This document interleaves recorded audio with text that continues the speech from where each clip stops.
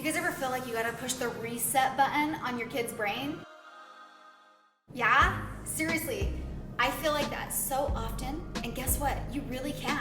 There are really scientific methods out there that will help you reconnect that right and left brain, and it is like pushing the reset button. Bam.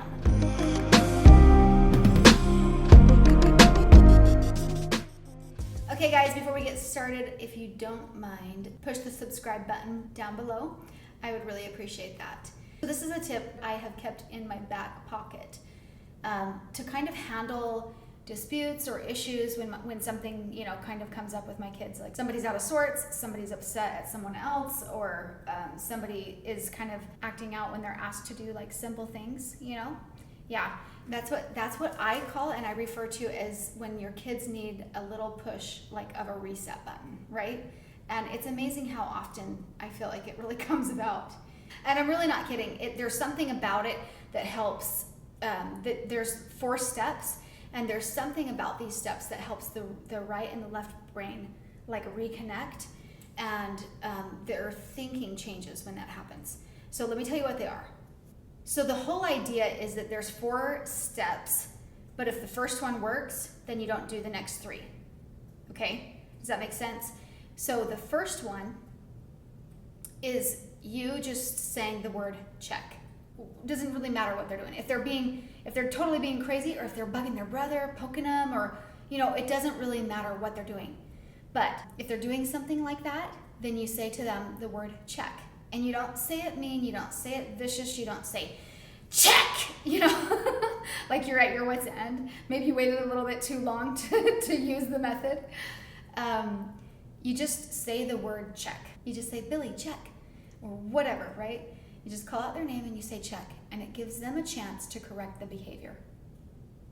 And then it's over with, and you don't need to say another word about it. Okay, if they don't check and correct that behavior, then you move on to step 2, okay? And step 2 is crisscross. They're supposed to cross their legs and their arms. So if they're sitting on the floor, they can do crisscross applesauce, or they can cross their legs if they're sitting at a stool or in a chair. And then they take their hands and wrap one over the other and pull them in to their chest. And they just sit like that for a few minutes. And you can decide how long, because, you know, kids that are older could sit like this for a little bit longer than kids that are younger. But this is something that again connects their right and left brain. When they're done with crisscross, you just say, all right, you're finished. And then they resume back to what they were doing. And if they fall back into the negative behavior, whatever it was, then you assign them jumping jacks. And you can decide on how many for the kid. Mine, usually I just choose across the board 20 jumping jacks. All right, you need to do 20 jumping jacks. And there's something about this step like that, again, the right and the left like connection, that helps them kind of get regrounded and centered. And if you talk to them about it and they know that this is the progression, then they know what's coming next, and they don't like what's coming next. So usually they'll auto-correct.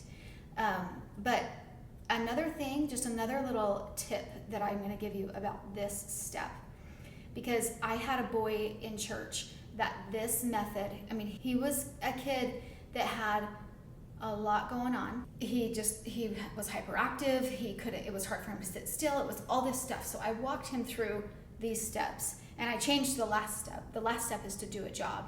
But I changed that step into, at that point, we'll go get your parent. But what I did is when it came to the jumping jack step, I would take him out in the hall, and in my high heels, I would do the jumping jacks with him, so that he understood that I'm not trying to threaten you, and it's not a punishment. I'm just trying to reconnect your brain. And like, I would do the jumping jacks with him out in the hall and make sure no one was around so nobody else could see. And then we would go back into the classroom, and it worked like a charm. I'm not kidding you. With that kid, I never made it past the 3rd step. And just so you know, he was a kid that teachers actually kind of refused to teach because he was so difficult to kind of get under control. So keep that in mind as we're going through these steps, because they really do work. They really are so awesome. So step number 4 is to do a job. And so they would move, you know, basically they're doing the jumping jacks, and then you allow them to resume whatever they were doing before. And if they fall back into that negative behavior again, then they do a job. So you send them to take out the trash or whatever. And by this time, you guys, it rarely takes me 4 steps to get a kid like back into, all right, look, I see what you're doing. I see what you're up to, and you need to knock it off, right? But it's just that, it gives them like a minute to kind of pull away from the situation and to look at what they're doing and to ask themselves, am I up to something good? Is this what I'm doing good? And usually they can correct it and get right back on course, and it doesn't evolve into, lots of fights and lots of issues. Anyway, so that is a tip that you guys can just keep in your back pocket. Pull it out anytime that it's beneficial for you, and it's one that I feel like you can use a lot. Like, there are some other tips that I have and that I've given you guys that I feel like you kind of want to use, you don't want to overuse them.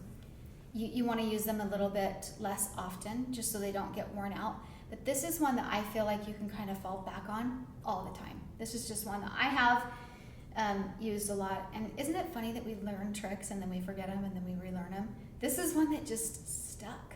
So partially probably because I remember to do it, and it's so easy, and also because it really works. So good luck, you guys. You guys are doing awesome. Stay the course. It's great that you're here and that you're committed to being a better parent, and that's all we have to be committed to, right? Is trying to be a better parent every day. So good job for trying it, you guys. Like I said earlier, make sure that you subscribe and you'll get more tips like this coming your way to help you live happy and be inspired.